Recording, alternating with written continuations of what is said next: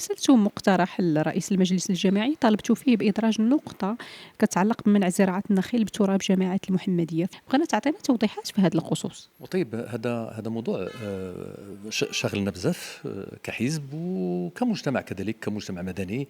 واحد العدد ديال الجمعيات ديال المجتمع المدني، واحد العدد ديال المهتمين بالمجال ديال البيئة والفاعلين.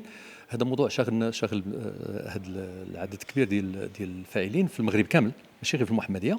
ولكن في المحمدية احنا ترجمنا هذه العملية هذه لأنه إلى فعل ملموس. في هذه الدورة هذه طلبنا وفق القانون كيعطينا هذا الحق هذا ديال أننا ندرجوا نقطة من النقاط في جدول الأعمال اللي نضع حدا لتنخيل كما سميناه تنخيل مدينة المحمدية، وننتقلوا للمرحلة ديال التشجير النخيل.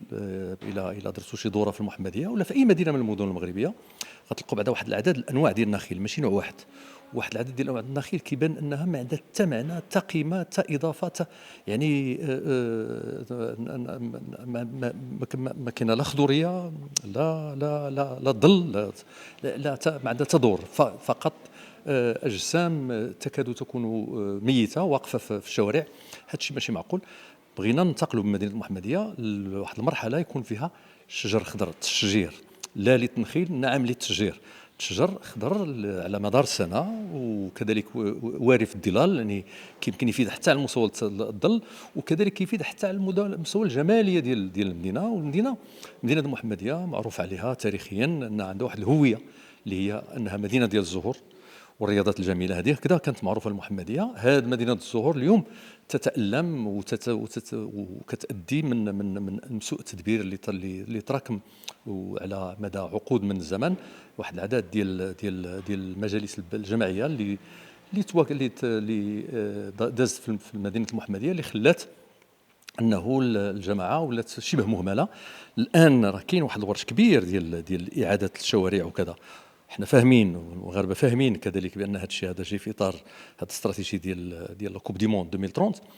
احنا تنقولوا مزيان راهو كان هذه المره على الاقل هذه المره الجماعات والدوله غادي تصرف بزاف ديال الفلوس، وغادي هذه الفلوس غتكون على حسابنا اعتمادات على حساب المغاربه وعلى حساب الاجيال اللي جايه. ولكن الايجابي في هذه العمليه هو انهم ملزمين ماشي باش يبينوا لنا حنا كمغاربه شنو غيديروا، باش يبينوا للاجنبي شنو غدار. اذا مزيان انه غتبان شي حاجه في البلاد في المغرب وكذلك في المحمديه. والمحمديه فعلا اليوم مقلوبه على مستوى اعاده تهيئه الشوارع ديالها اللي كان كل الجميع كينتظر متى غتسالي هذه الاشغال هذه باش يمكن نشوفوا المدينه المحمديه في حله جديده. وغيبقى هذا المشكل ديال الاشجار لانه هذا الشيء هذا ما فيش مشروع متكامل، هذا تيشتغلوا فقط على تهيئه الشوارع، على الشوارع يعني الجانب المادي في الشوارع. ما تيلمسوش المشكل ديال الاشجار وديال التشجير. هذاك الوضعيه ديال النخيل ربما في علمكم انه القانون كيمنع انه تجي وتحيد واحد النخله باش تزول النخله من مكانها او كيف في احسن الاحوال تيمكن لك فقط نقلها من مكان الى مكان. اما باش تزولها بالمره ودير في بلاصتها شجره اخرى من نوع اخر، هذا الشيء كيولي من سبع المستحيلات. وهذا الشيء حنا كنقاوموه وكناضلوا ضده. لا تنسوا الاشتراك في قناة الأيام 24 وتفعيل خاصية الجرس ليصلكم كل جديد.